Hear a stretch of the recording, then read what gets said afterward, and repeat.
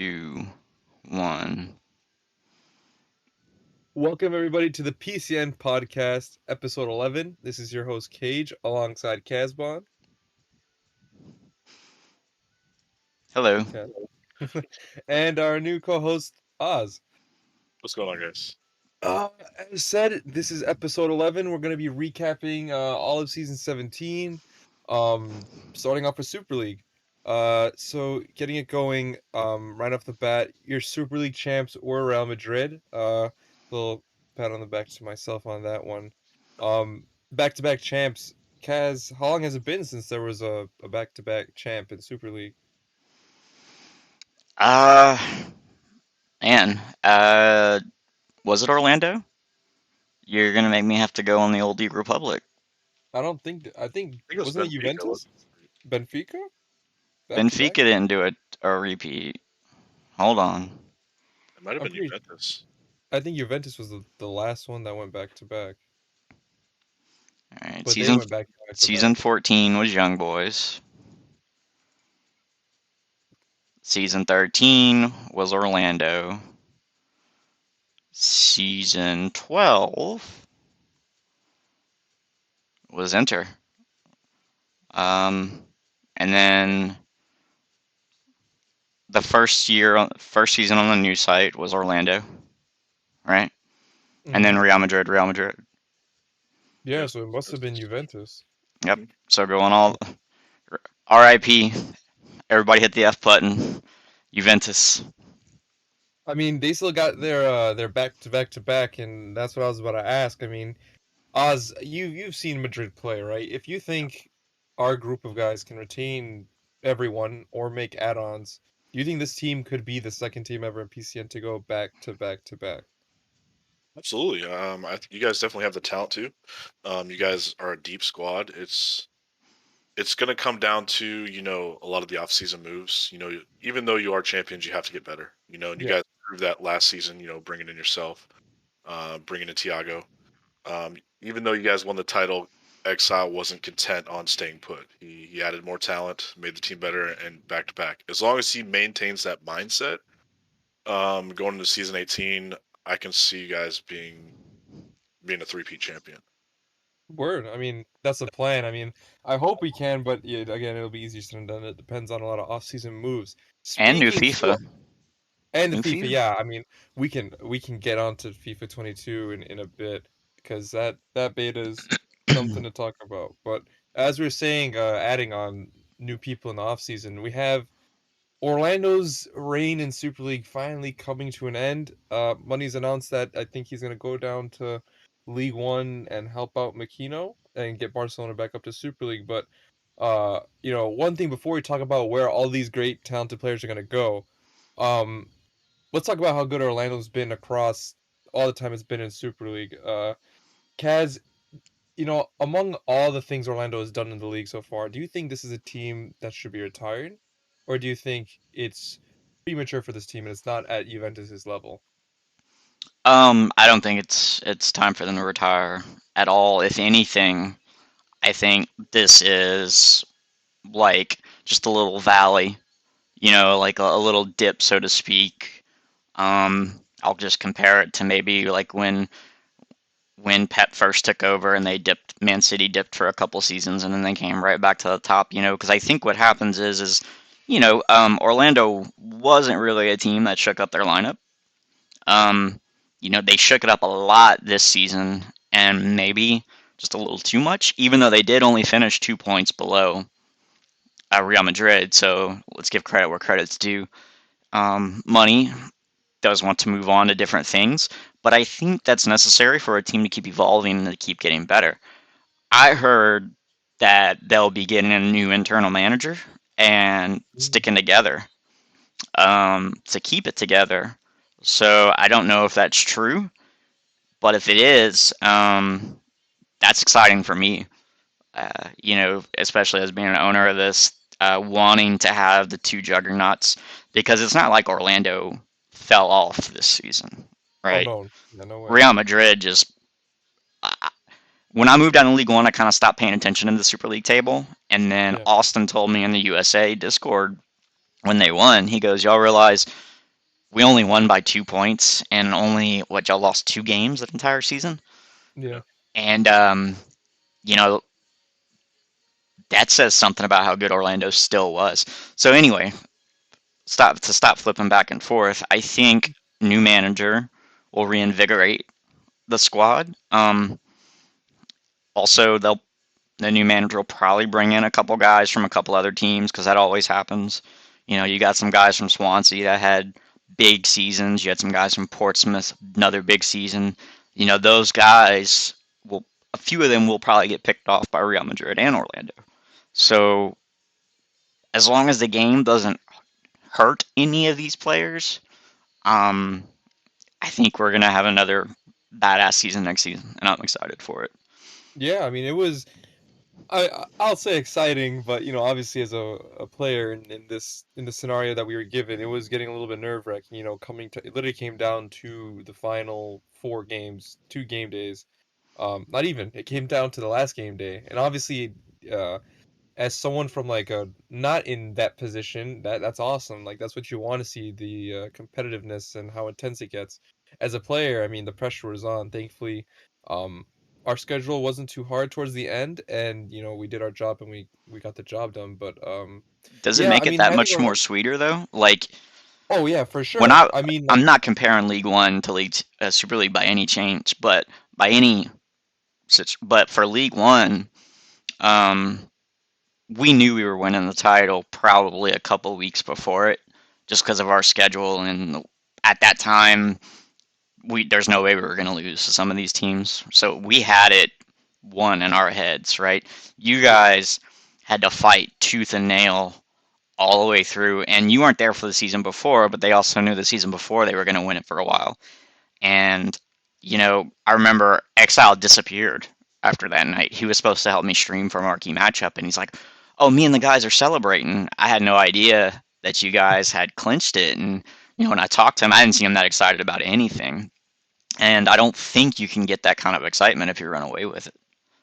no, no, no way. I mean, at first we were thinking we'd be fine, and then obviously availability became an issue, and some games we just didn't perform like we needed to, and obviously it made it a very bumpy road. And when it got to that point, obviously you got everyone coming in one year saying, "Oh, don't choke," this, that, and you think about all the memes that could be made and stuff. So obviously winning it and finishing off the job it does feel a lot sweeter than just like cleaning out house.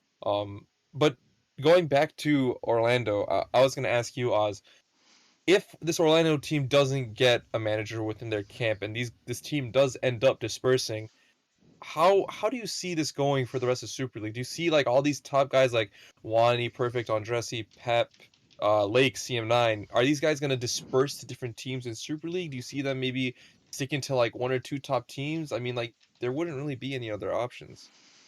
Well, I think they're gonna if they happen to disperse, which I still think, the rumor about the internal manager, he'll be able to keep some of those people intact. There's going to be guys that are going to follow money. They're loyal to money. They'll follow money down to, rumored going to Barcelona, down to League One.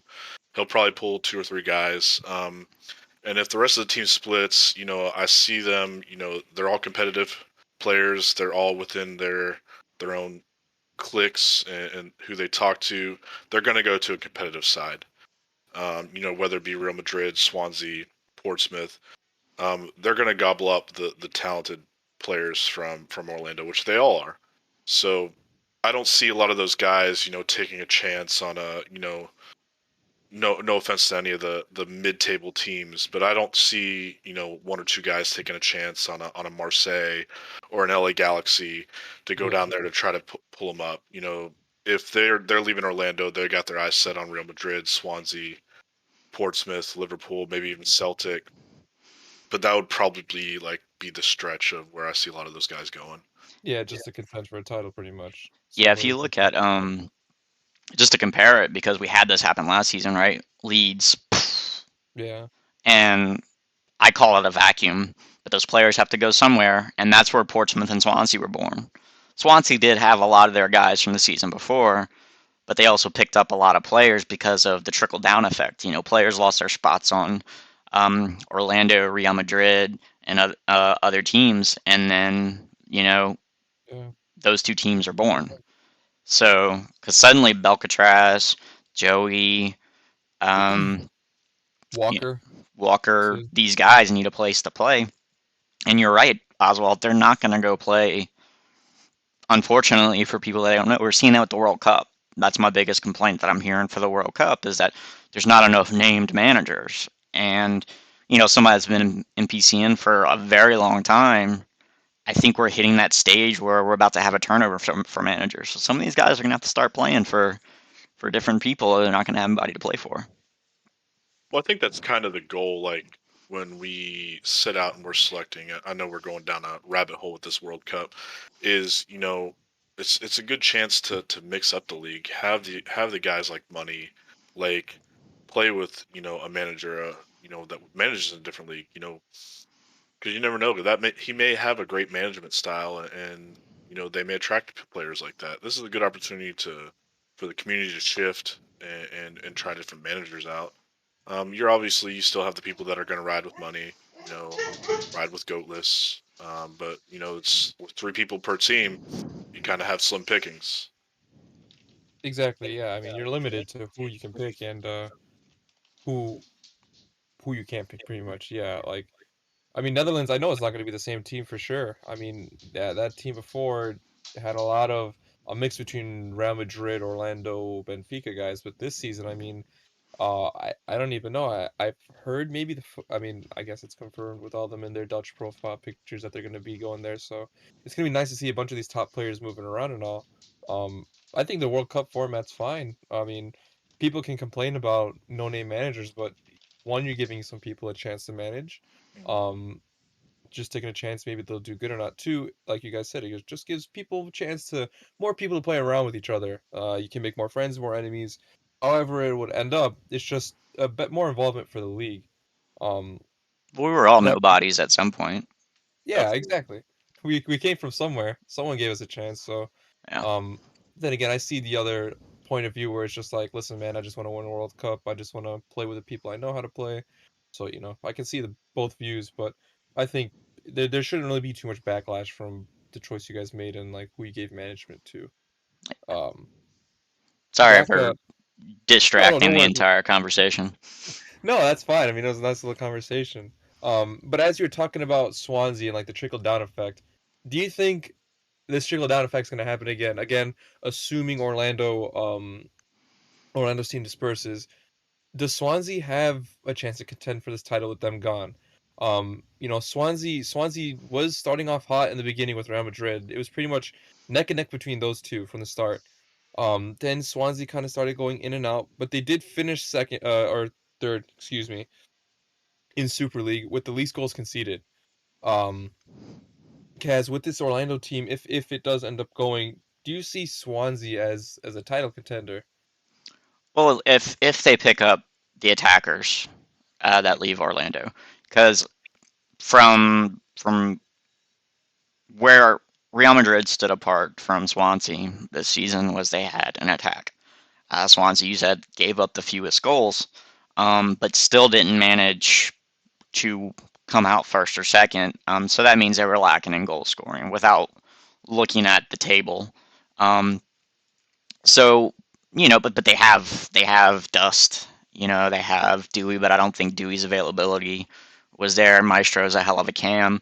So I think what Swansea would do is they would try and pick off some of the attack from Orlando. Maybe bring in Evo, try and grab Andressi. Those would be two great additions.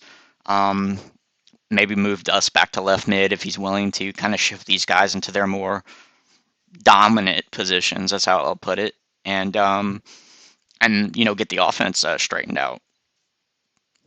It makes sense. I mean, if you look at the top six at least, we'll keep it top three. Out of the top three, they did have the least goals scored at 71. 71 went Swansea. Second was Madrid with 82, and then Orlando, obviously, with their attacking prowess, they got 94. Um, I do agree. I mean, if they manage to pick up some of these attackers, which you can't count on, you never know who goes where. I definitely see them contending for it, and not only the attackers. If they get the attackers and like a version of Lakers, CM9, Wani, any of that. I mean, bolstering your defense and your offense is just what they need, really. And it would make them a super scary team. Here's the thing. I don't see Exile and okay, let me rephrase it before I start. If Stone's availability goes back to normal for this season, Exile's not going to need any of that offense. He's not going to break up this offense he's got. He may bring in one guy to kind of play the Vols role to move where guys aren't there to fill in. Because, Vols isn't really his best position is Cam from what I've seen. He had to play a lot of striker and a lot of outside mid. So Real Madrid will get first pick. Let's just be honest, because somebody the chance at a three-peat, the chance at a double or a treble, all these are things that top players are attracted to, and so Real Madrid gets first pick, but you can't get a better offense than they had. You just really can't.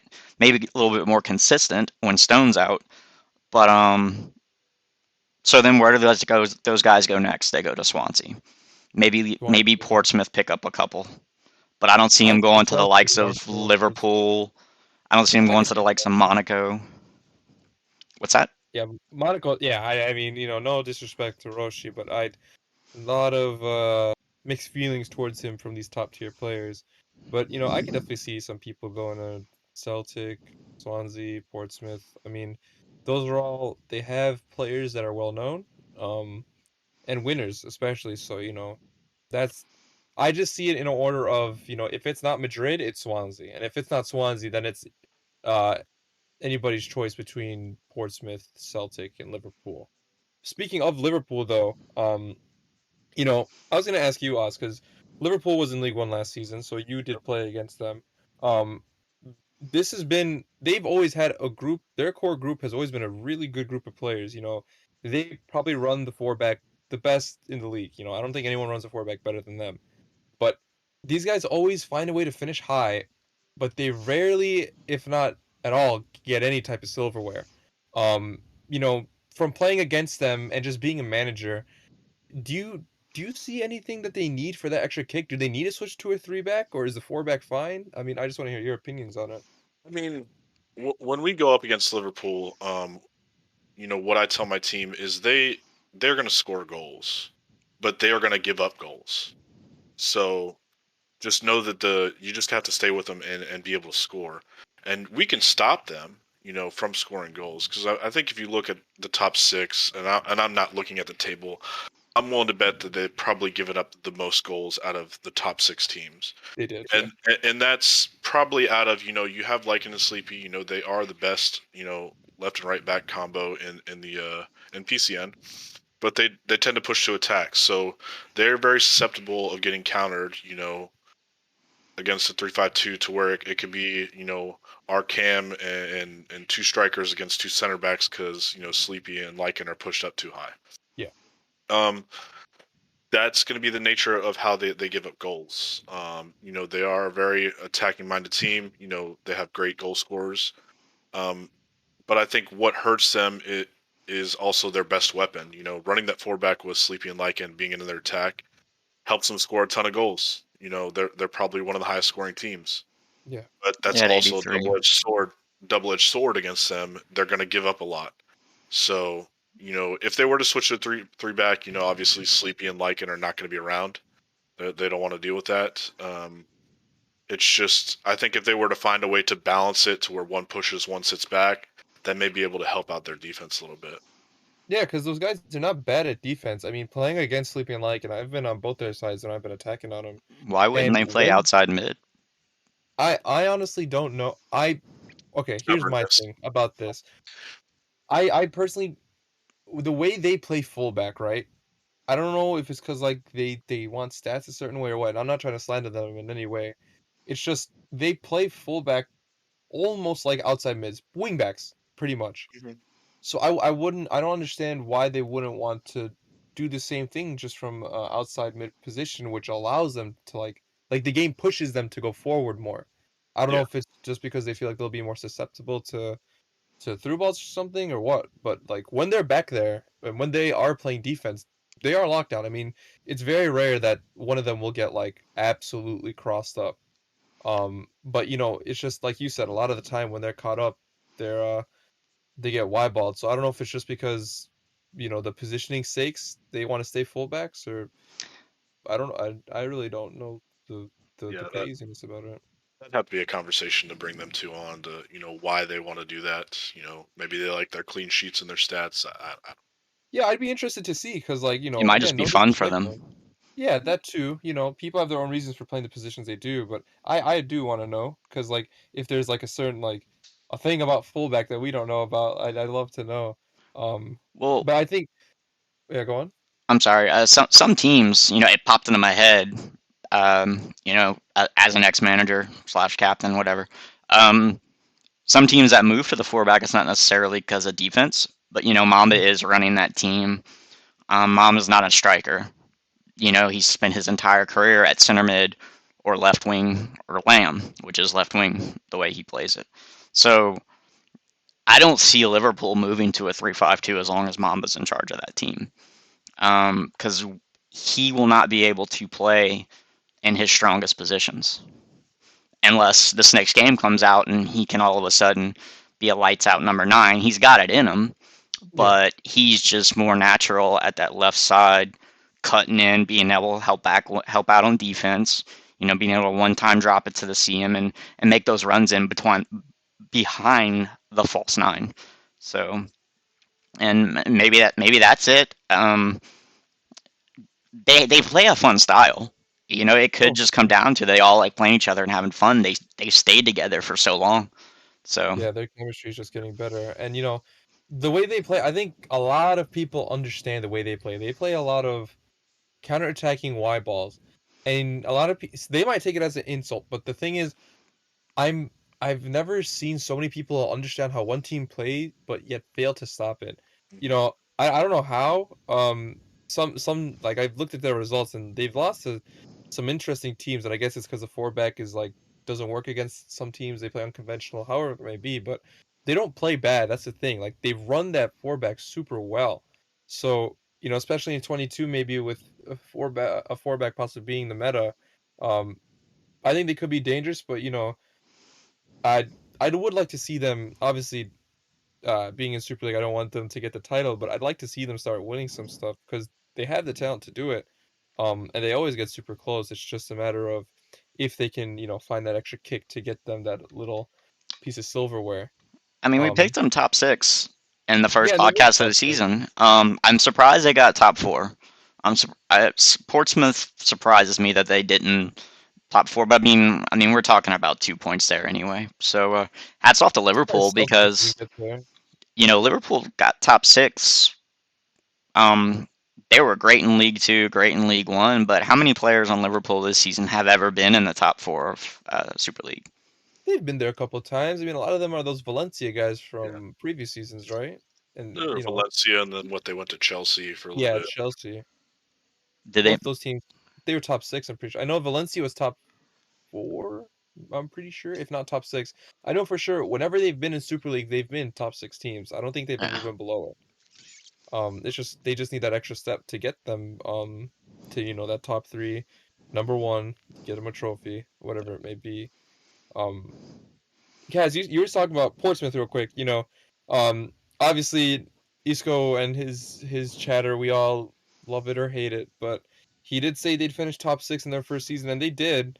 Um, Kaz, while you were in Super League, I don't know if you got the chance to play Portsmouth, but I did. um, what can you recall from their strengths and weaknesses as a team? Obviously, this was a brand new team put together, but a team of players who've played together before and are really good. So what do you think got them to this fifth place? Um, well, I think their style, the way they played, allows them to pretty much dominate any team that has less talent than them. The first time we played them, we were packed in, and not that we wanted to pack in, we just could never get out. Every time we beat, and what it was Isco kind of does what Lake does, is he's up on the 18 the second he sees a defender about to get the ball. So every time we would get the ball, we got bundled. Um, their entire front six, I'm just going to say those guys because they were all in the front, um, Yeah. are capable of handling the ball. And if you don't stay with your man, they're going to tear you apart. Now, the first time we played them, we beat them 2-0. We stayed with our men. We were focused. We finished our chances. We only had two. We finished them both.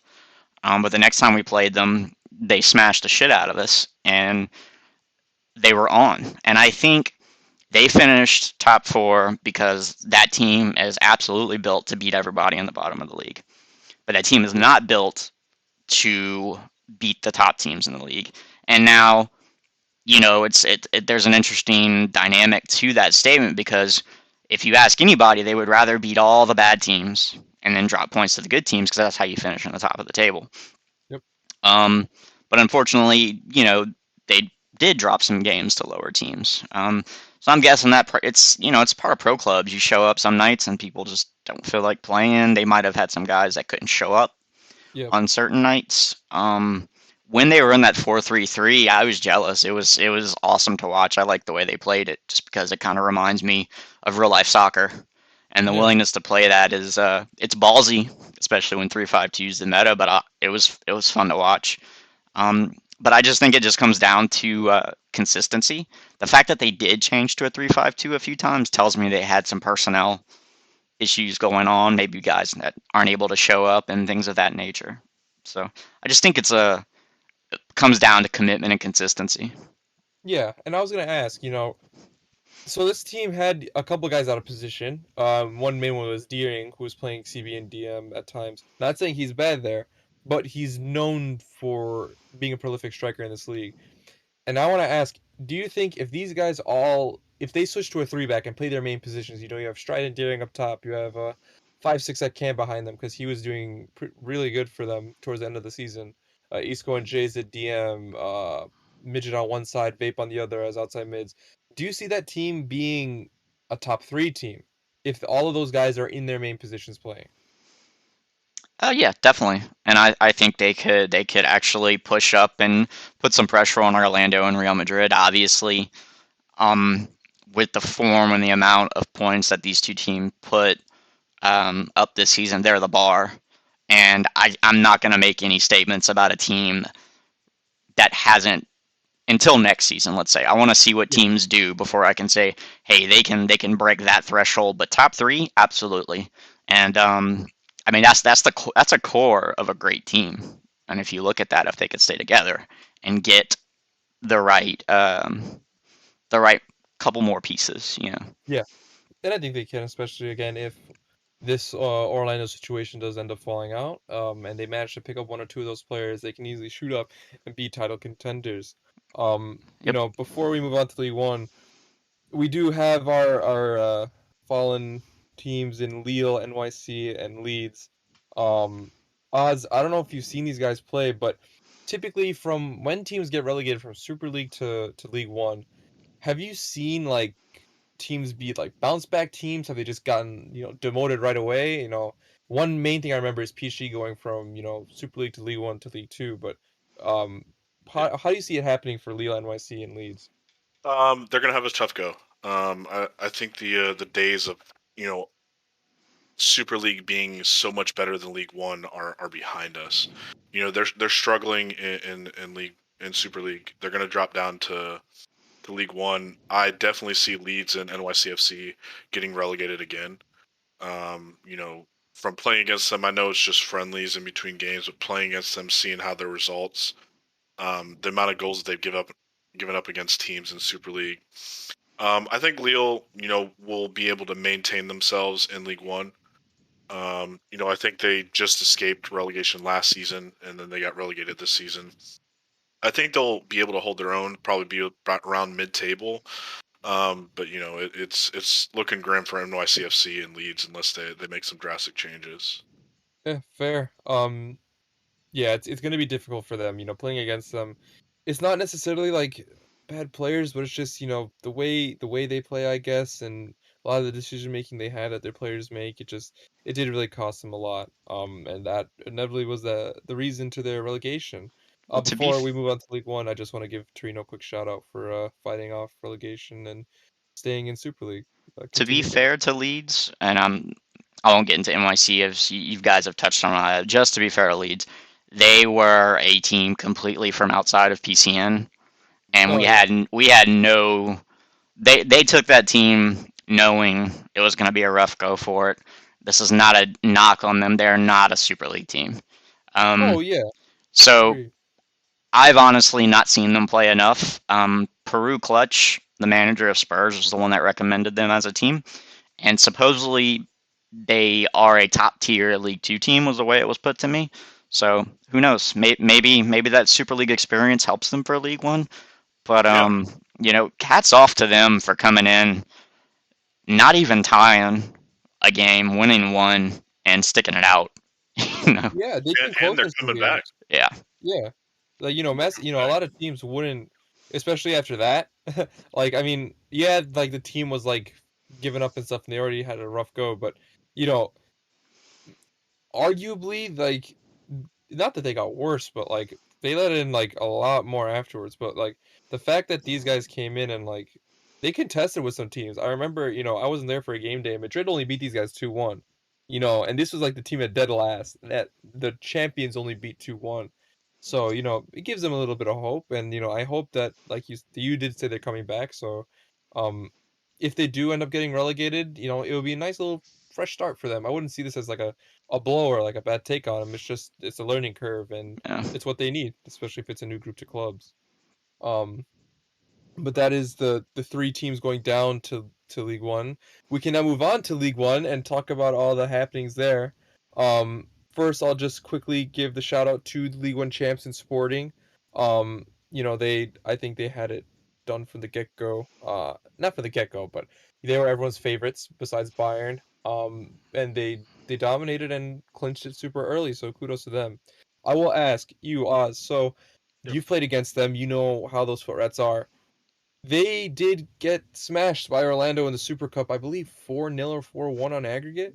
Um, we talked about on the podcast, I think an episode or two ago, about how we possibly see these guys being top six teams, maybe even title contenders in Super League. After their game against Orlando and after seeing them play in League One, where do you see them finishing in Super League? I still think that they're a top six team in Super League. They're going to make some additions. Obviously, Sporting, they made it to the playoff last season. They didn't win it.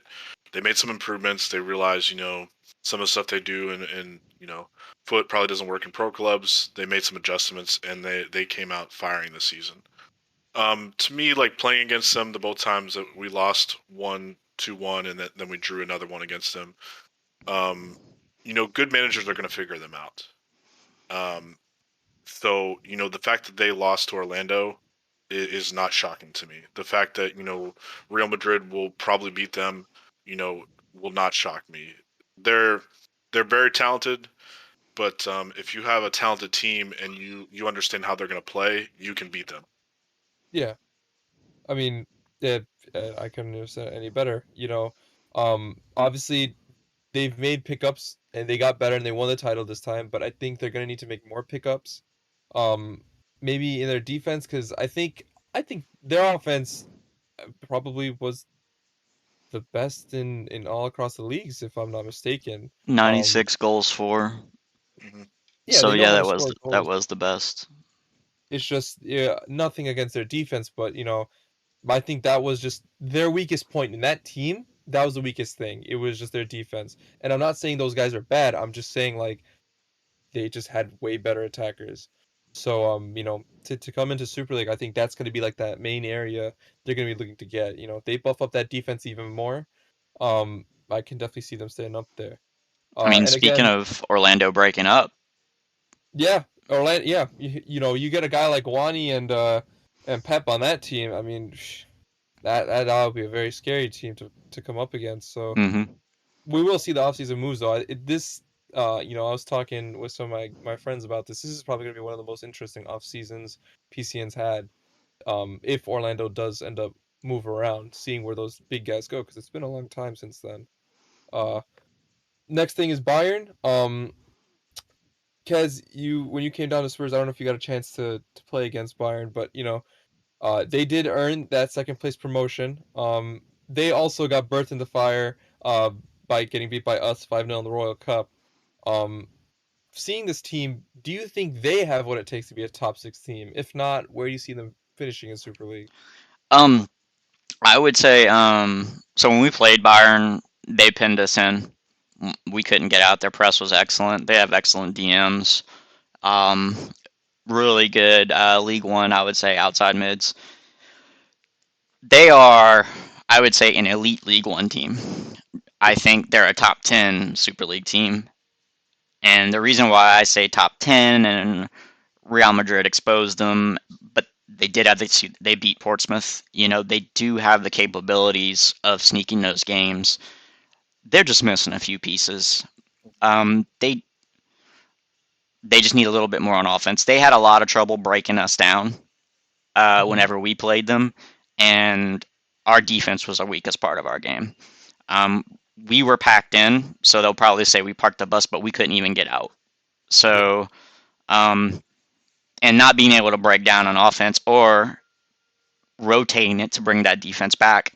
That's the kind of things they're gonna have to do in Super League, because I got news for you. There's a lot of teams that pack the defense in Super League as well. You know, Tell me so about it. but what Real Madrid and Orlando's strong suits are, and I was talking about this the night of the Super Cup when both of y'all were playing, Yeah. was how y'all are one of the few teams that I think y'all are at y'all's best when the teams are packed in, because you see the rhythm starting to develop and the give and Yeah, that's goes, true. the Hmm. triangles start forming, and you pull those players out.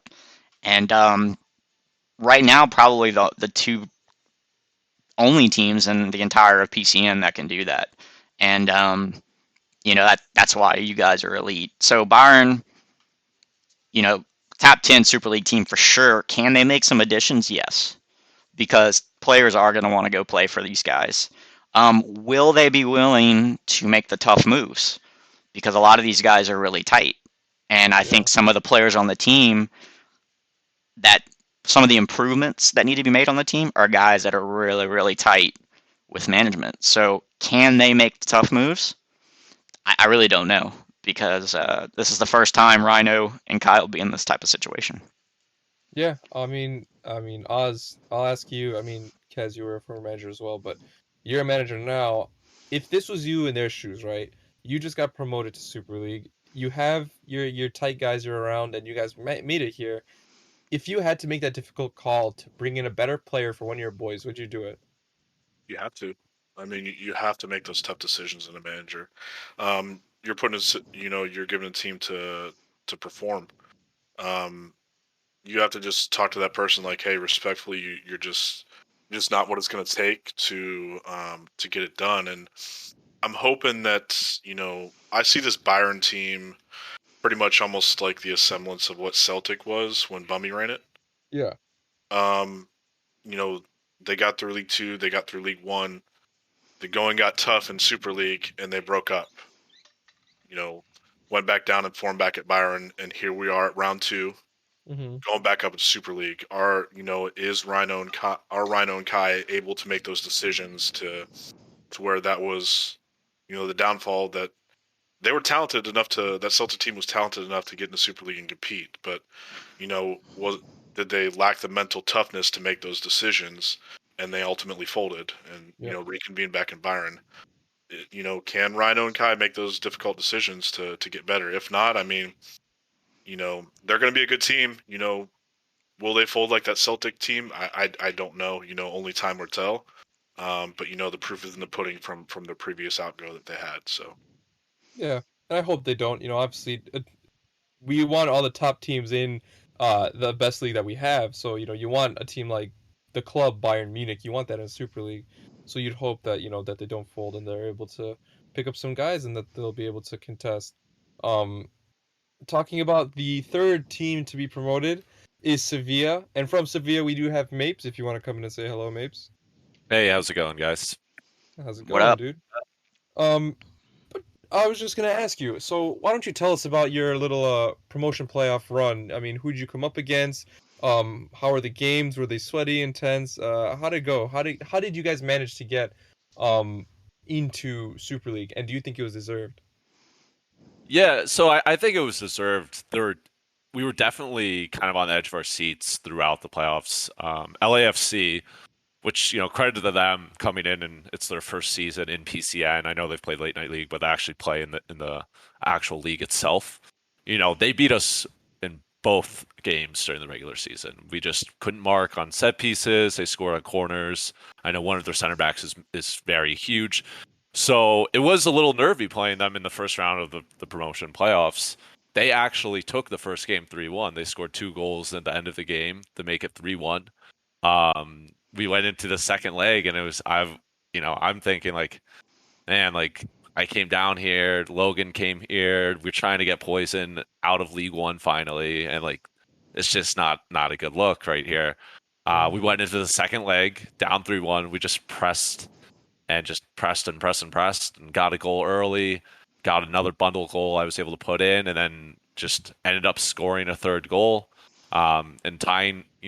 They scored one as well, so it ended up being 3-1 in both games. We went to a golden goal, and our guy Colombo, right mid, just scored in the 7th minute to basically go to the promotion final. So, I think that's got to be one of the top moments I've had in pro clubs. Just golden goal to advance after being down 3-1 in the first leg.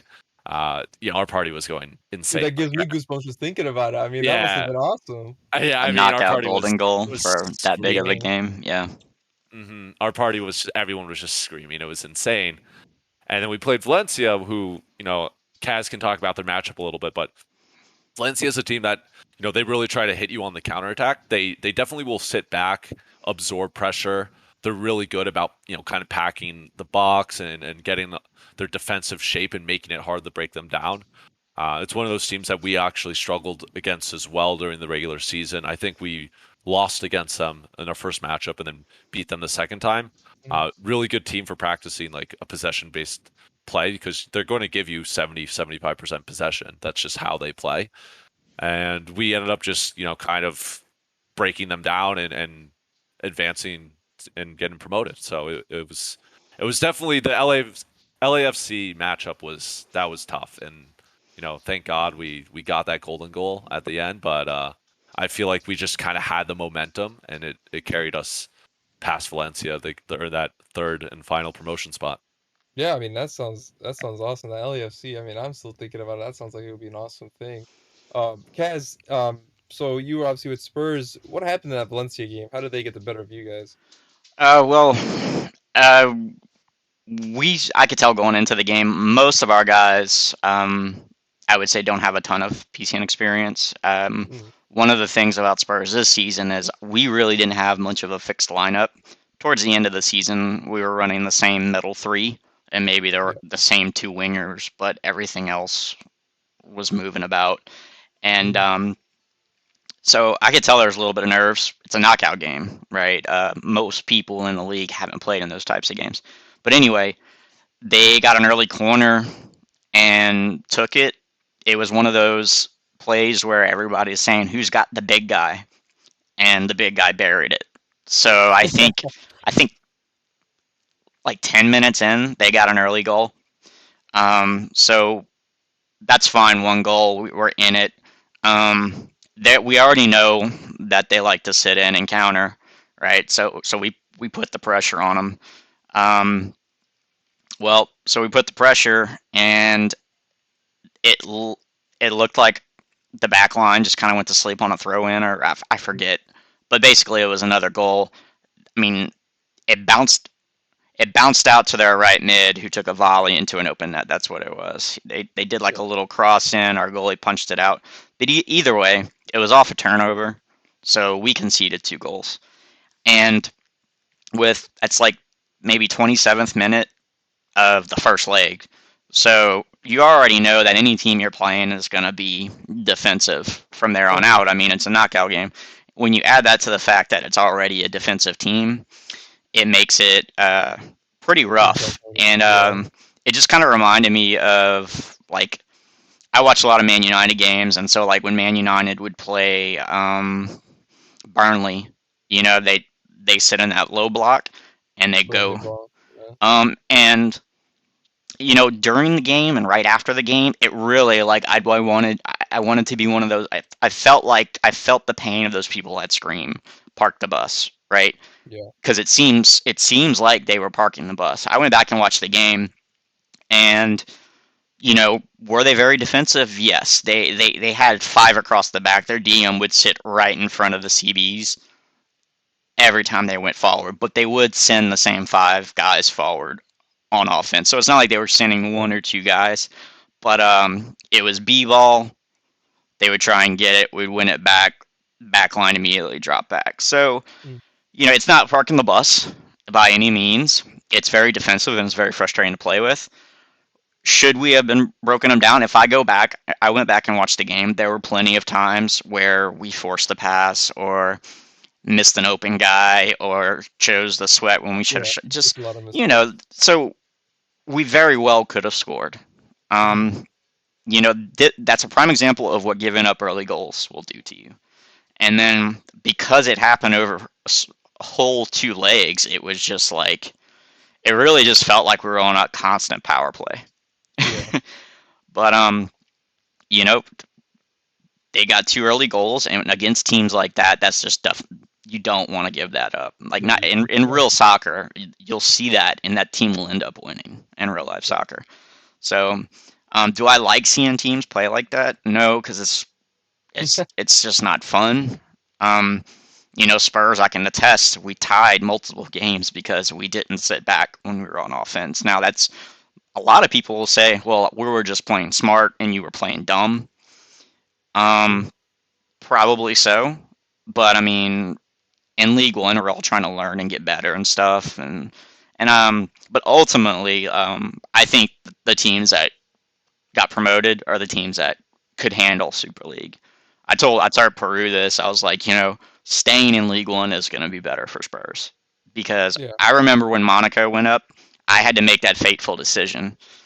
Do I remove all the guys that aren't ready for Super League and try and rebuild, or do I go into Super League with a bunch of guys that aren't ready? I chose rebuild, and it blew up in my face. You know, so it's a coin flip. You don't really know what's going to happen. It's a dangerous situation. He's still trying to build a team, and you don't want to build a team in Super League. You Yeah. want to That's build your just team in League One. Yeah, so it worked out for both parties.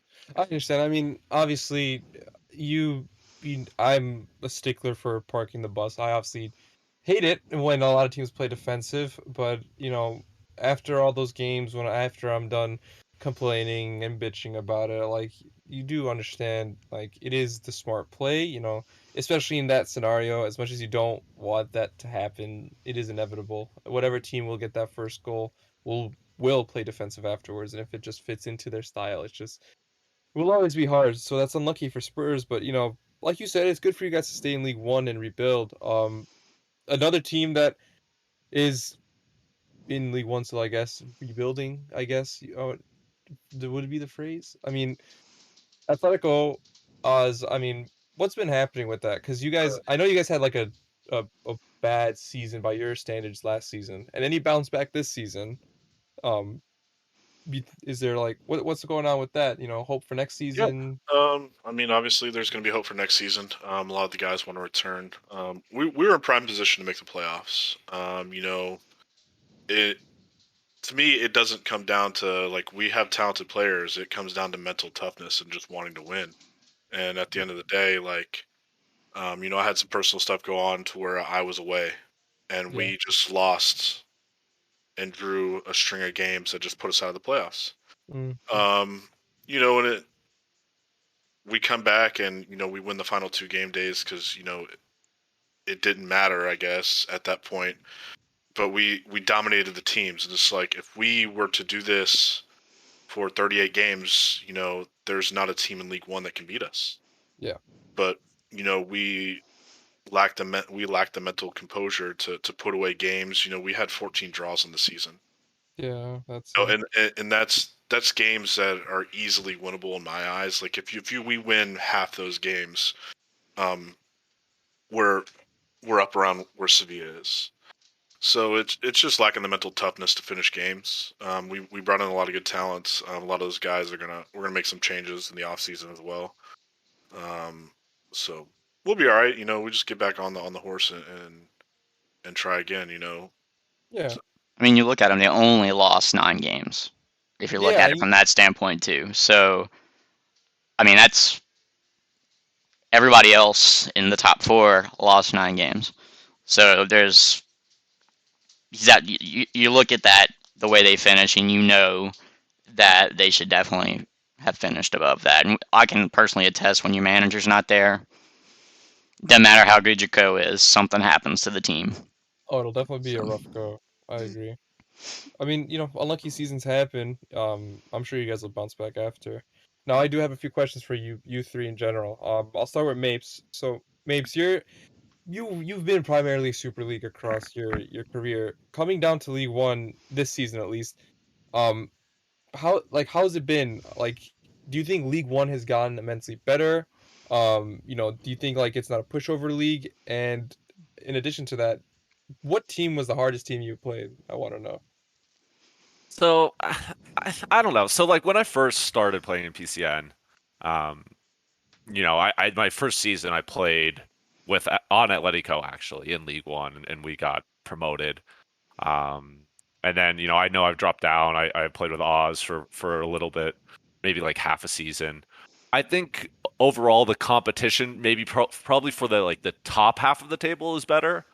But League One, you still run into issues. Definitely with like the bottom half of the table, where sometimes teams don't have 11, or just the talent isn't clicking, or because it's League One and their season isn't doing well, maybe they don't have their strongest lineups on a Yeah, consistent basis. So I think you're still going to see that when League One and League Two. It happens in Super League as well, but I just think the talent overall in Super League's better. Um, me going down, I really wanted to just kind of, you know, work on becoming a cam. That's like kind of the position. I personally love playing in the middle of the field, yeah, and I've just played on the wing forever.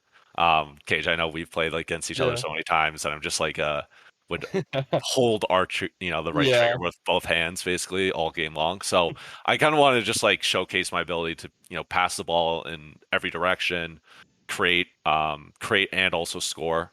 yeah, So it was nice being able to go down to League One and actually help Sevilla win games. Poison kind of trusted me to become a co-manager and help them out.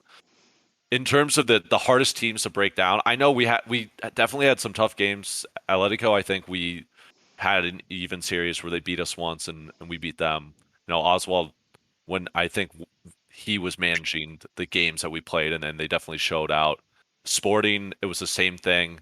Those guys are fantastic. I think they're going to do very well next season. And same with Bayern. Bayern, we had electric games. Both games were 2-2 ties, which is like late drama. yeah, Um, I would say like in terms of it being like difficult, I think Valencia was probably the toughest in terms of them just packing it in. Um, I think the other teams, especially that I mentioned, those teams were kind of very good at it. They had good attacking players. They moved the ball quickly. So yeah, as a cam, there were opportunities to hit, players on the counter, or, the game would sometimes get open, be a little open when you won possession back. Whereas hmm, Valencia, just because of how they played, packing it in the entire game, I feel like we definitely had the most trouble against them. yeah, It ended up working out, and we beat them in that final. But the two games we played them in the actual league, I'm pretty sure we lost. So I would say Valencia, kudos to them just being very kind of sound defensively. But in my personal opinion, I think it's just very hard to get promoted when you play like that. no, yeah, for sure. I mean, you have to have the best of both worlds to get results. I can't really say anything because I didn't play against them, but from what I'm hearing, you have to have a balance of both. You have a really good defense, you'll need a really good offense to follow suit to that. So, but kudos to them, like you said, for being solid at least in one aspect. Like they know what they need to work on now. And if they do so, they could potentially be contenders for League One. Uh, Kaz, you being a Super League manager coming down, helping in League One, are there any shocks to you in this table? I'll ask you primarily about the mid-table play teams. Like, are there any teams that are sitting in mid-table right now that you're just surprised are there that should be below or that should be higher? I mean, I was surprised with where Atletico, Chelsea, and Arsenal finished, and Barcelona. Mm-hmm. Honestly, I picked all those guys to be in top six. LAFC, that's a hell of an accomplishment. It's not that they're just new to the league; they were league players. They didn't play competitive 11, so they're used to playing like 5 or 6 players, and to come in and do that, um, it just shows you. This is my second stint in League One as well, and I can tell you um, that right there is showing that I got 4 teams wrong. Barcelona, Atletico, both of these teams have a lot of, you can call them Super League talent because they've got a ton of players that have been up and down, and still managed to finish mid to bottom table. That shows you that the talent's growing. You Yeah. know, I remember when I came in, I build my teams from the back as well, and I finished ninth with probably the best defense in the league. We just couldn't score goals. Yeah. And the next season I brought in Yoshi and Yeah. Abdeen, and we killed it. But for Yeah. those two the season before, everybody knew it was like LAFC, Monaco, and Wolves, and then the next season everybody Yeah. knew it was Monaco and LAFC, I believe it was. So now we look at it and we're actually talking about a top six. Back then we were talking about top threes, and I know there's probably some people sitting on the top of the Super League saying, "Well, we wouldn't want any of those players on our team," and that's fine. But I just think maybe like the best player in League One isn't as close to the best player in Super League. If we're gonna do those types of metrics, Yeah. but just to be able to field that many competitive teams to where all these teams are losing and drawing and winning this many games, where it used to be like it used to be by the time you get to the 10th place in League One, they were looking at like 9 wins with a negative goal Yeah. Which is bad. differential. So I mean, it surprised me. It really did. I guess I shouldn't be surprised. I mean, I even think Dortmund finished way below what they were supposed to, but what's happening, and it's just my overall view of the league, is teams are becoming more organized. Valencia finished so strong because their defense was so fucking organized. You couldn't get them out of their block, you know. And you see that with the league. These managers are taking the approach like Oswald takes, where they actually talk to their guys. Everybody knows their role. They know what they're doing on free kicks, and they know it. And you never used to see that in League One. You're starting to see it in League Two as well. You really never saw that in League Two. These leagues are not the leagues where people go fuck around. Maybe for some Yeah. people, but there's some very serious managers in there and some players that want to do the real thing. And it's showing. It's showing in the tables, and it's showing, and even like you see in the team of the weeks and team of the season now. So Yeah. I mean, you see like the steady slope of like teams just getting better and better. Um, it's nice to see that the leagues are getting good. I mean, if you look at now, like from third all the way to what is that, 10th? Like each team's like all their losses, like their records are so similar. Like all it takes would be like 2 or 3 games, and those all could be flip flop. So it's nice to see the comp getting better and staying up there. Uh, I was gonna ask you about for the 4 teams that got relegated. Were there any shocks to you in particular? Like were there some teams that are just like, wow, how did they get relegated? Um, I guess Aston Villa was a shock to me because I thought when Eric took them over, he would be able to save them. Granted, they were in a deep hole when they took over, and strapped with budget constraints. I thought he would be able to do it. Um, but at the same time, it's hard for me to pick Dortmund to get relegated, or Barca, or Arsenal, or Sociedad, or any of those guys to pick above them. As far as Newcastle, no offense to League, but they were, hands down the worst team in League One. And it like League going into a game like that is all we have to do is mark League, and we're going to score a ton of goals, and it's going to be okay. Because League will get free, and he can score, and he can cause havoc. But outside of that, it's like you're really not worried about it. Lazio, they were new, a new team. They're going to go into, they're going to struggle. Inter Milan, I believe, was another new team with a new manager. Had a feeling that they were going to struggle. And then Aston Villa, like them folding mid-season, and Eric kind of getting them after transfer window. He was put into a tough situation. So all four of those would probably be, in my mind, they were the worst teams. I mean, outside of Aston Villa, they got better, as the season got on. But, there wasn't another team in there that would be like, yeah, they're definitely getting relegated. Yeah, that's fair.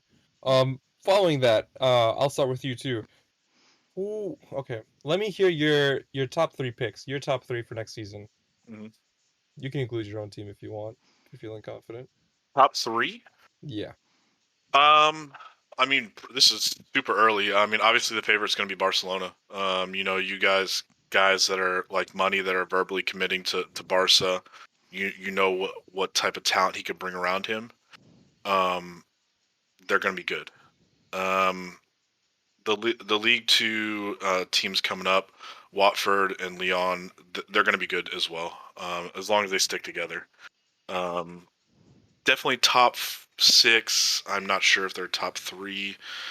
I think Spurs is going to be another one, top 3. And I want to pick me, but I mean, I don't want to be that guy. You're hard, man. You got the confidence. Yeah, I'm gonna put the cards on the table. I'll say Atletico in top 3. So yeah. I would go, Barcelona, Spurs, Atletico. I would say one team that we didn't even mention though is Arsenal, because Eric's taking over Arsenal. So it's going to be interesting to see the players he brings in, because that too. they're going to be very, very good, at attacking, right? So it depends what their budget is. I don't really know too much about how Arsenal's budget is or anything like that, but he's taking over that team, and that's definitely one to watch.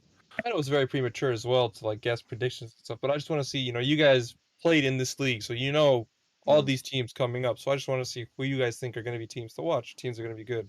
Arsenal, definitely a good shout. It's Spurs, Lyon, Watford, Atletico, as you said. Kaz, you got any teams to watch out for next season that just really caught your eye? Well, I mean, I'm just going to look at it from a sure who's got the recruiting power, right? And I'll just probably go in order. Money is going to come in and give Barcelona the best recruiting in League One. Oswald is always up there. I would say Eric, but Eric's going to go for a specific type of players, whereas Oswald is going to go for the best players. And Oswald is always, he can get anybody to play for him. He's got like those golden tongue. Chelsea is another one. They were a really good team until a couple players snaked away from them, and I think the truth is he didn't panic. I'm pretty sure he's probably already got enough guys verbally committing to him for next season as well. So I would say those are your top teams. Spurs as well. Peru. I think the only reason Spurs finished top 4 was because of Peru's management. He constantly was having to shuffle players around, and he always made the right calls. He always released a couple. He had to constantly release in and signing, because we had a lot of guys with crazy availability. He made the call to move us to a 4-3-3 when we were doing pretty good in a 4-2-3-1. He dropped Merv, which was huge. Had the confidence to put me at center mid with Emperor, and it actually worked. Like, I was getting a ton of assists, Emperor scoring goals, and our front 3 was scoring goals. So if he can get a defense in there, definitely a top 4 team. But I would say the top 4 next season is Barca, Arsenal, Spurs, and Atletico in no particular order. I just think it's going to be a slugfest next season. Fair result. I know you've mentioned this in a previous podcast, but I think LAFC is going to be really interesting to see them in their second season because they what they do. were very successful this season for their first season in the league. And Coop's And getting into the community, so yeah. I'm sorry, I didn't mean to cut you off. Go ahead. No, it's fine. I mean, he's getting involved. I think they kind of are a little bit more known now. It's going to be a new game, and those guys play a lot. So I think if there's a team that could kind of surprise everyone and get off to a running start, it's going to be them. Yeah, I totally agree. I mean, a sleeper team, and nobody talks about them because of where they're at on the table. Real Sociedad plays some awesome FIFA. They just don't have that attacking threat in the final third. They can possess the ball forever and do triangles and combos all over the field, even in the attacking third. They just haven't figured out that final ball in the box. And if they get that guy, if they get a natural goal scorer and somebody that can set him up, watch out for that team. Seriously. That's definitely a team that you could tell they were new. So the first time we played them, going into it, super confident that we were going to beat them, and we did. The second time, they were revamped. They were well organized. Playing this 11v11 for a period of time, and then the second time you come around, they were just drastically better. And it was a very, very tough game. So yeah, they're going to be sneaky good next season. Everton too. I mean, Everton. If Bauer stays as manager, right? He picked up that team after they kind of had some issues midway and we through keep the season. going and going. You see how League One's growing. I mean, there are a lot of teams that are going to be decent to watch. So Dortmund, I mean, Gabby knows tons of people in the community, so It'll be another fun season. Yeah, absolutely. for sure. Moving on to League 2 now. We'll have to give our thank you to Mace for coming in and talking about League 1 and that Sevilla promotion playoff. Later, Mace. League 2, though, Lyon won it, with Watford and Napoli following suit. And we do have the Lyon manager, Mysterious Milks, here, if you want to pop in and say hello. How's it going, guys? What up? Before I let him, give his spiel on what happened, I still have to just... It's unbelievable how they weren't even considered a team to be near the top. I don't think anyone thought of Lyon as a contender in any ways. It was literally everyone was saying Watford, Toronto, Leipzig, PSG. These were the guys that they were thinking. And you guys kind of burst out of the scene out of the blue. You literally I think you're the only team across all the leagues that had one loss, if I'm not mistaken. So just tell us, like, what happened in your season? You guys, I don't know if you guys had like a slow start and bolted up or what. All right, so I guess to start the season, we had a rough start with, I think, 1 win, 2 draws, and a loss. And originally we had planned to run a 4-back because our offense just wasn't cutting it towards the end of last season. And while our defense was really good, I think last season we gave up 32 goals in the league, and that was the best in the league. Our offense wasn't there, and towards the end of the year, I think we switched to like a 4-1-2-1-2, which was just super out of the ordinary for us. But it helped us because we ended up playing with like 2 bots a game last season. So that definitely hurt us towards the end. And a lot of us were part of the sporting team that came down from after season 15 promotion. But we wanted to make sure we finish what we started and win the title. So not winning it last year was a real bum to us. And it really hurt early on because I think me and Preston originally took over team, but then he had some other stuff going on in his life, so he couldn't make any of the games last season. So that really hurt, not having any depth.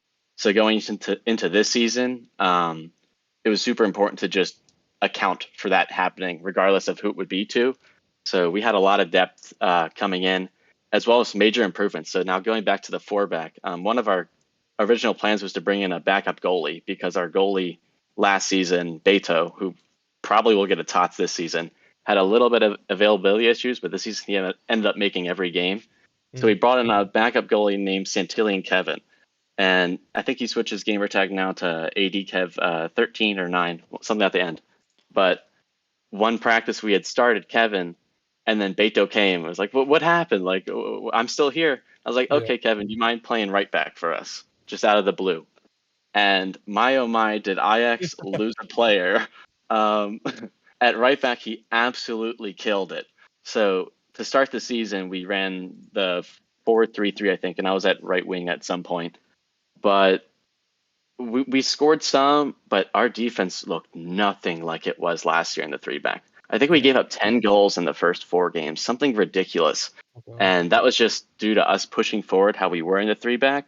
Mhm. But that doesn't work when you only have 2 center backs still back there. And I think Shadow Criminal, one of our stud center backs, also had to get moved to right back at some of those games because then Kev moved to right wing. It was just a lot of flip flopping because availability at the start of the season was really, really bad. Yeah. But after we had lost to Watford on the 4th game, we changed to a 3-back and went 34 games unbeaten, which Oh, I thought was pretty incredible. But it had to do a lot with the wingers this season. Kev, once again, then moving up to right mid. We had Dikembe at left mid.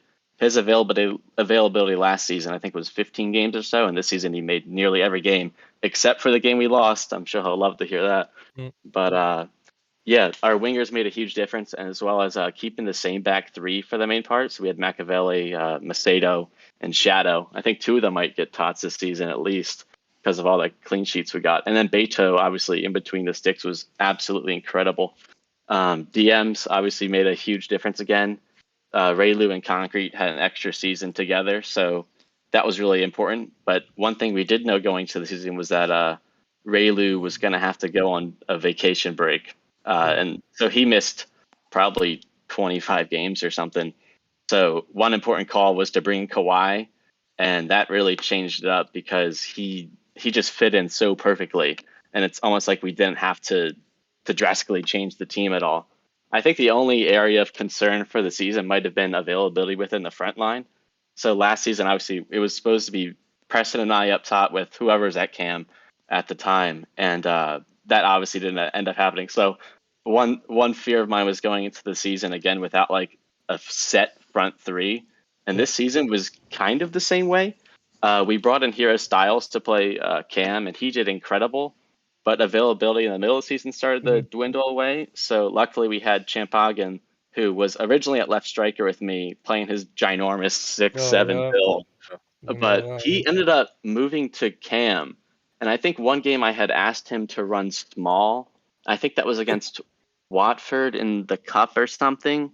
And he just wasn't as comfortable with it. So I just let him go free with his big guy. And my, oh my, that absolutely changed the team I don't know because how he Bates, did he moves. So I think one of the managers, I think maybe the Leicester manager, Cardinals, reached out to the game like, how the hell does your 6'7" Cam move faster than our 5'4" DMs or something? Yeah. Like, I don't know. Ask him. But that really gave an outlet for a lot of like the goal kicks or just the keeper punted it out because we could actually keep possession more. And then defensively, that made such a big impact because our Cam could now intercept the ball like 6 times a game. So that really, really changed things up. And I guess going with more of the attack, we also had some great additions like Menon, Pilati, and Pushin. They got a handful of games towards the end of the season because once again our availability started to like dwindle away, but we were able to bring in some top talent to really push us on to that next level. I think they got like 5 to 8 games each of them, respectively. Yeah. Wild. mean- I'm looking at it right now. 6 games, the entire season, they allowed more than 1 goal. Unreal, man. These guys just didn't give up goals. You two are both managers, you and Oz. I mean, you got this guy talking about the importance of depth and like how key that is. And how many games undefeated did you go after you took your loss? Like 34, you said? 34 games. Yeah. Unreal. I mean, could he have done anything better? Like you guys have been doing this for a long time, so like I don't know if like he just played out the scenario right or not.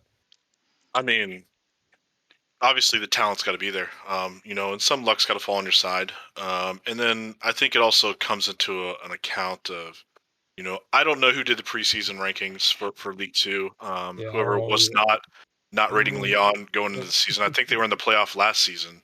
to not rate them, and Milks scored a buttload of goals last season. To not rate them going into this season was to me asinine as it is. So putting the chip on his shoulder to a team that I thought was really good in League 2 last season. Now you're putting on a chip on his shoulder because they're not rating them in preseasons, and you read off that luck's got to go your way, talent, just great manager decision making. A lot of things have to go your way, and they all landed his way, and they came out with the title. Yeah, I mean, I don't think I went back in our documents. The only mention of Lyon I found was that they had a slow start, so that tells me we had them picked somewhere just because of some of the personnel they had. I don't think we expected them to do bad, although we did not expect them to win the They league. do what they did, yeah. Watford was a heavy favorite, and I just have a habit of not paying attention to tables for the league I'm not playing in. And looking at it, I mean, if you looked at this just right now when you didn't pay attention the whole season, you would have never guessed Watford had a chance. Yeah, you would have thought Lyon dominated. Absolutely. And, I love when I see that for this league. And, I'm just talking about how teams are getting more organized and competing in talent. The But perfect example of what you're talking about. I mean, look, we've got PSG, Toronto. I'm not sure about Napoli, Watford, Lyon.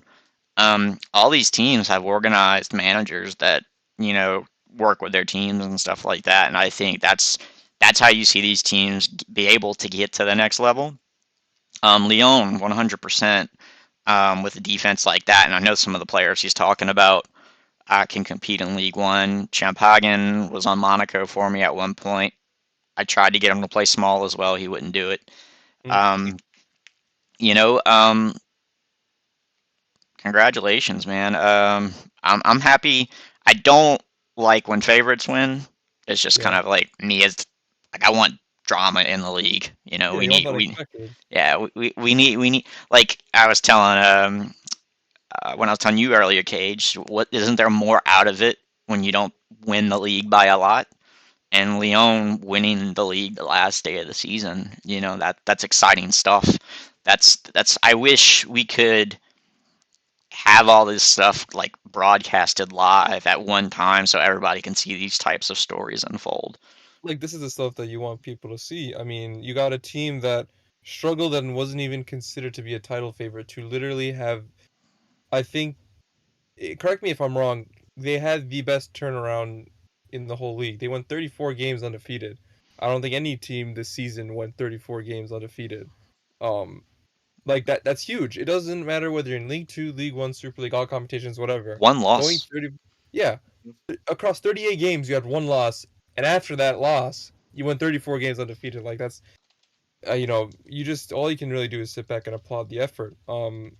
This is just an unreal job, and you do love to see the upsets. Watford, obviously, big choke. I love my guys at Watford. They know I have love for them, but they did choke it. As horrible as it is to see, they did it. As to what they do in League One will be interesting because how do you really bounce back from that? How do you bounce back from? I think they had their lead on this league was like what 10 points or more at one point, and they finished second. Oz, I'll ask you, what do you if you're Watford in this situation? Do you kind of take that to the chin and move on, or like does that hit you right at home and you gotta sit and think about what to do? This question hits close to home because season 12 I was exactly in Watford's position. We lost to Roma in League Oh, 2, and it sticks with you. So if I'm him, like you just know, like you have to improve. To me, like when I finished in that position many seasons ago, I seen it as like I was not good enough to win League 2, regardless of the circumstances. So I know I'm not going to be good enough to compete in League 1. If he goes in that with that mentality and recruits and gets better, they will definitely be a contender and maybe even a title contender in League 1. But he has to have that mentality because it's League 2 and League 1. The gap is closing. It's not what it Yeah. was in season 11, season 12, but there's a gap. So as long as he understands that he needs to improve, they'll be fine. Yeah, I and I've think seen them that. talk about it too. Continue. What were you saying? Oh, I was going to say, I think that mindset Oswald was talking about is really important because the whole reason we wanted to stick with Leon this season was to win it. And if we didn't win it, I don't think we would be able to challenge the next league. And I think it really hits at home. Like, we just love that we did it with the same core. And I actually think at the beginning of the year, I have the predictions up. We were ranked to finish third, and I kept that in our Discord the entire season so we could just Mhm. kind of see where we're at. And I'm super glad we are kind of not picked at the top because I think getting picked to win the league puts an added pressure. Oh, for sure. And I guess also it kind of inflates egos in a bit. So I think at one point in the league, also we're a team that tries to keep it relatively quiet. So if there's any drama, we're gonna keep it within our Discord and Yeah. not like I guess trash talk other teams. Mhm. So at one point we were told by some guys on another team that they were going to be 10 points ahead of us when they kick our butts that Mhm. game day, and that ended up not happening. So I guess karma's real, but I don't think I don't think it's rather a Watford choke job. It's more of a we were just a really good team Leon under the Chris. cards Yeah, for a while. Yeah. that too.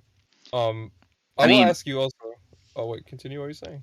I was just gonna say, like, if we look at goal differential, goals for, goals against, only two teams in the top six had respectable goals against, in my opinion, for their status, and that's Leicester and Lyon. And you know, Watford giving up 32 goals was always going to have to outscore their opponents. Where Lyon always, if you go into a game, every game, knowing you're not going to give up a goal, then I can almost guarantee you that's how the defense felt at a certain point because they just got it on lock, and that your offense has that confidence in the defense that they can just go out there and do their thing, and the defense is going to take care of their job. I mean, that's a recipe for winning.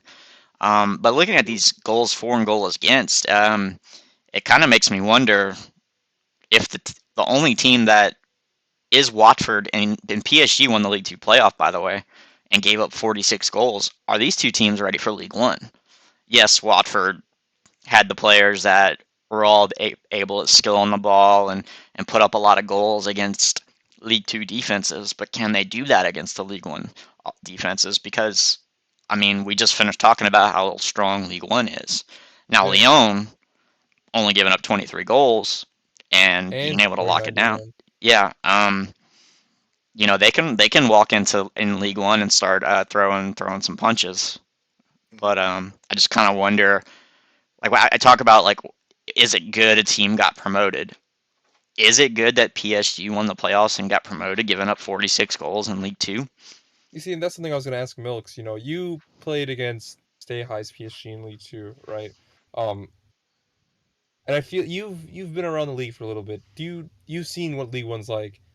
Playing against these guys and seeing how League One is this, like I said, is this team the team that deserve to get promoted, and are they ready for League One in your opinion? Yeah, I think PSG was definitely the team that deserved to win the playoffs. We played them only twice. We didn't get to play them in the cup this season, but both games went down to the 90th minute. The first time we played them, I think Pusha knocked in a 91st minute tire. And then the second time we played them, I think the fifth to last game this season, they knocked one in the 90th minute. And they always gave us a great game. I think they were predicted to finish 17th this year, and with some of the guys they brought in, shout out to the African Dream Team. They're from the RPCL League, which a lot of us had originated from. Um, they really transformed that front line. Alto and Scolito up there absolutely killed it, and then Lupe obviously behind him was having a phenomenal season the year before, but was able to provide some more firepower up top this season. And 71 points, I think that gives them a little. I think they should have finished higher.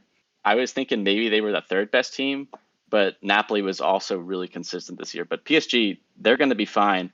Had they not gotten promoted, I would have loved to take in some of their players, but Hmm. yeah, they should do some damage up there, and maybe we'll see me and Skull, which is their frontline talisman, Hmm. ball it out in Swiss during the World Cup. And I would Oh, like to okay. ask you, out of all these teams in League Two, Like, are there really any like shockers, like teams to watch? Because like a lot of people, I'm gonna be honest, a lot of people around the league in League One and Super League don't really pay attention to League Two, so no one really knows like what's going on around here. Like, what are the teams that are like going to be like a good team to like pop up soon? So like, you playing against all these guys, is there like a team or two or three that'll really like come through the next couple seasons that's like still building and like will be something? Yeah, sure. So Toronto, I think, was pretty good this season. Their defense, in my opinion, was tough to get past whenever we played them. I'm pretty sure they had some availability issues, but if they're able to keep most of the court together, which I'm not sure about, then they should be good. Leicester, I love the Leicester boys. This is the third season in a row I've seen them either just make the playoffs or just be outside of it. But I really want to see them get promoted. They have an incredible backline with the 24 goals against, and I think they were Watford's first loss this season, so they can definitely hang around the big guys. We only beat them by one every time we played them, so I think maybe if they got another attacker in there to help them out, or some bridge between the defense to offense, because as much as you can give up goals, it's more important that your defense also has the capability to progress the ball forward, because I guess that shows us last year. We were 30 something goals against, and that was still the best in the league. Yet we could not get the ball up top. So it was important to get in defenders that were still the same great defenders, yet also possess the ability to possess the ball. But Leicester, I think, is definitely a team to watch out for at least top three challenging, if not title, if they keep the same defense and add some reinforcement to the attack. And I know Porto disbanded, but they were a great team this year to play against, because they up front they had that new striker Forrest, I think, and he absolutely killed it, getting just under 40 goals or something. But that was something they didn't have last year. Last year they played like Burnley. I think that used to be their old team Yeah, name. that was the team. They packed it down, and that would be a team that we go in the game just thinking, "Oh God, this is not going to be fun." But this season they look completely different. They kind of had the Liverpool of season 15 reminiscent. Obviously not as potent or clinical, but they would be flying up the wings and just bashing in crosses, and their striker would had some incredible footwork and put it in. So they were a good team to look out for. And I think a sleeper team is going to be Leipzig. Terzilic's not going to let them finish 10th again. And that was a team that we had thought was going to be a lot better this season. But I mean, losing Yoshi probably hurt them. But I don't know. I think that's the team to look out for next season as well. And then Gladbach, you never know what they're going to do. They went from, I think, 5th or 6th to 16th. So I'm sure he doesn't want that to happen again. So maybe they'll be fighting for a playoff spot next season. Yeah, I can definitely see them, either of those teams, from at least playing them in friendlies, being teams to stand out. I appreciate you coming through and talking about Lyon and your League Two journey, Milks. We'll definitely see you again soon. Of course, thanks. So Kaz and Oz, let's wrap this whole thing up with our cups overall in the season. So, we'll just gloss over preseason and Community Shield. Obviously, preseason cup went to Orlando early on in the season when they beat Madrid 3-0. The Community Shield went to Liverpool when they defeated Madrid 5-1 on aggregate. The League Cup went to Monaco when they beat Swansea 1-0. The Copa Victoria when Sporting defeated Sevilla 2-1. The Royal Cup to Madrid after beating Bayern 5-0, and the Super Cup to Orlando after beating Madrid 2-0. I'll ask. We'll start with you, Kaz. Out of all these cups, was there one that throughout the competition, throughout its duration, that really caught your eye and like gave you some good entertainment, at least if you weren't in it? I'm gonna say Royal Cup, but not for the reasons that people might think. This is the first season that our heavyweights stayed in the Royal Cup till late. Usually, one or two of these teams will bottom out. They just played backups or whatever. Some people might say they don't take it serious. However you want to do it. But having those levels of semis and finals was the first time I think we've had that. And to me, that made it special, getting to see that quality of FIFA, being played through that, because it's like our Champions League, right? And it finally got to be on the level of our Champions League. Because usually I don't remember the Royal Cup final last season, who was in it off the top of my head, but I want to say that it was kind of like everybody knew who was going to win.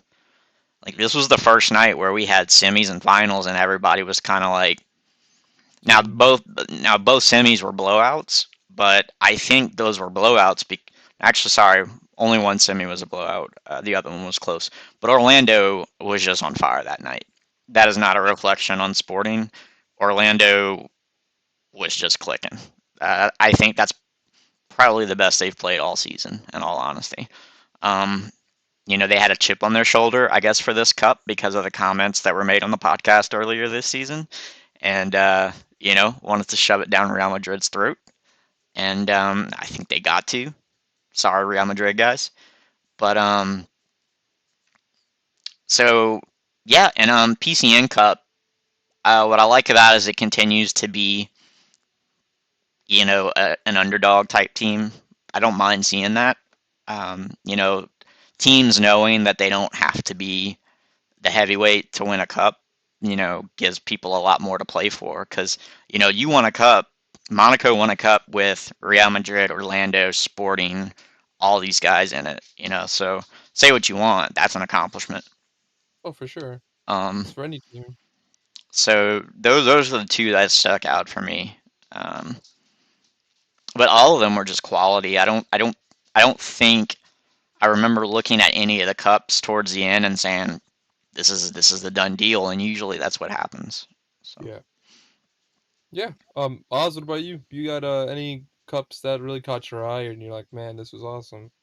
I mean, all of them. I think the biggest takeaway for me is the amount of finals that Real Madrid appeared in. Yeah, they won the Royal Cup, but they made it to the preseason cup final.